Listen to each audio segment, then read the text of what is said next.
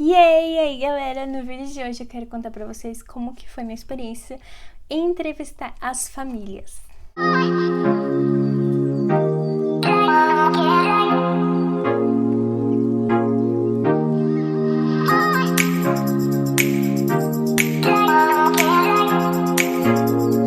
Então vamos lá, eu contei no vídeo anterior que eu fiquei online em 2015 pela Au Pair Care e online em 2018 pela Great Au Pair, que é a empresa que eu vi, né, a agência que eu decidi vir. Em 2015 eu cheguei a fazer apenas uma entrevista e eu acabei cancelando por motivos maiores, mas aquela entrevista serviu para uma experiência também. Então eu quero compartilhar aquela entrevista e a entrevista que eu tive com a Great Au Pair, com as famílias da Great Au Pair. Eu lembro que lá em 2015 o meu inglês era, bem mais ou menos. Não é que o meu inglês era ótimo também em 2018. Mas eu lembro que eu falava inglês e ficava muito tímida. E eu lembro que um dia que eu fiz a entrevista, o meu irmão tava junto comigo. Ele tava, na minha frente, assim. E ele meio que traduzia pra mim. Então as pessoas falavam uma coisa e ele falava, isso, aquilo. Então eu fiquei bem nervosa naquela primeira entrevista, eu lembro que foi bem, assim, assustadora. E tanto que quando eu fui me inscrever de novo em 2018, eu falei, você não quer me ajudar? E ele falou uma coisa que eu acho que é muito verdade, que vale pra vocês, às vezes, que acabam pedindo muita ajuda. Se você vai, ele falou assim, se você vai pra lá, se você quer ir pra lá, você tem que aprender a se virar, você tem que aprender a lidar com isso. Então, tenta por você mesmo, fala com as pessoas, solte seu inglês e vai nessa. Eu lembro que passou aquela primeira entrevista em 2015, eu nunca mais tive contato com a família, claro que escolheram alguém que tava no país já, e logo depois disso eu cancelei. Então, em 2018 eu voltei ativa, e uma família me chamou, antes mesmo de eu estar online, já contei essa história em outros vídeos também. A família me chamou pra conversar, como o site da Great Au Pair são dois sites diferentes, eu tava online já num site, mas precisava estar online na Great Au Pair, e eles já estavam online nesses dois sites. Então eles me chamaram pra conversar. Eu ainda lembro quando foi a entrevista, eu lembro que eu tava bem nervosa, e que ia ser tudo em inglês, e é uma pessoa americana, então você não sabe se a pessoa vai te entender ou não.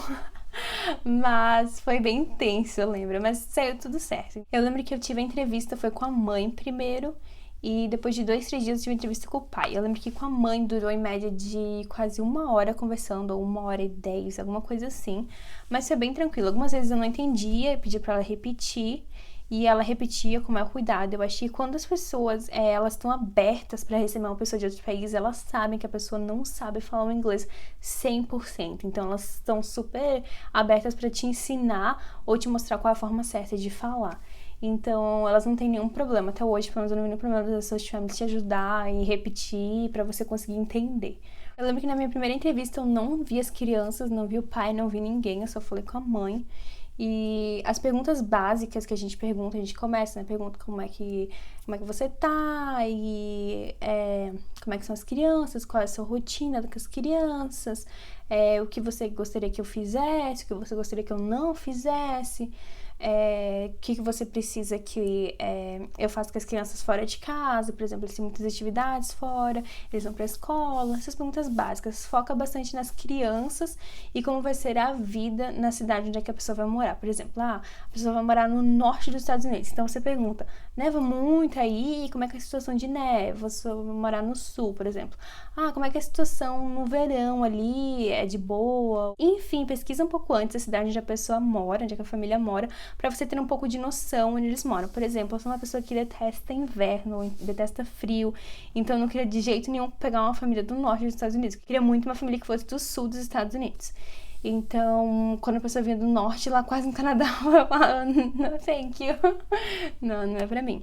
Enfim, as perguntas que você pode fazer também, tem muita coisa online. Eu posso deixar talvez um link na descrição de algum site ou algum blog que eu já vi, já passei para as minhas amigas também, de dicas que elas possam perguntar para as host families quando elas estão em processo de vir para cá, quando estão em processo de rematch, quando estão em processo de troca de extensão, coisas que elas possam perguntar para as host families que vai ajudar. Uma dica que eu dou que é muito importante para você: tenha tudo arquivado. Pergunte tudo por e-mail, coisas principais que você precisa saber.